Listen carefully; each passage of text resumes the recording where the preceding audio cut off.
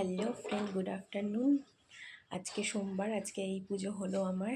আজকে একটু বাবাকে স্নান করালাম, দুধ দিয়ে মধু দিয়ে স্নান করালাম। এই এখন পুজোটা মিটলো আমার। সকালে কাচাকুচিও হয়েছে, করে স্নান করে পুজো দিয়ে দেখো কেরম পুজো করেছি।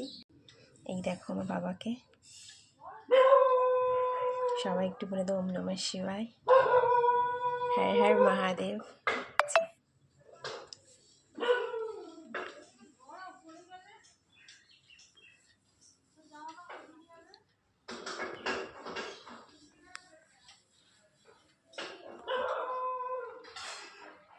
এখানেও কিছু ঠাকুর আছে উপরে।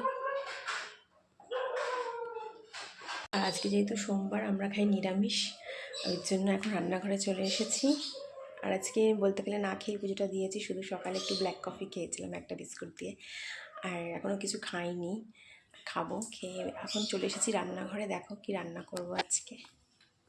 আজকে বানাবো খিচুড়ি। মুগ ডাল নিয়ে নিয়েছি, খাদ্যি মুগ ডাল।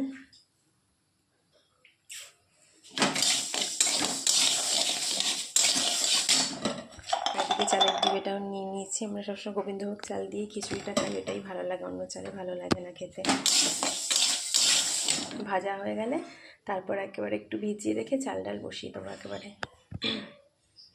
তারপর যেরকম আদা বাটা, আমরা একটু আদা বাটা দিই, একটু জিরে বাটা দিই, এরকম হলুদ, নুন, কাঁচা লঙ্কা, টমেটো এই দিয়েই করি খিচুড়িটা। আর যখন খাবো তখন ঘি দিয়েই খাবো, ভালো লাগে খেতে। আর এদিকে কাটা আছে সব সবজি দিয়ে একটা তরকারি হবে।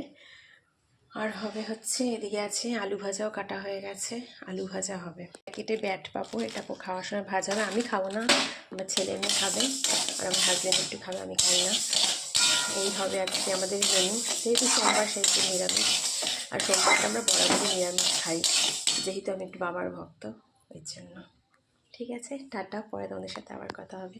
আর আজকে কার কার বাড়িতে নিরামিষ হয় সেটা একটু জানিও।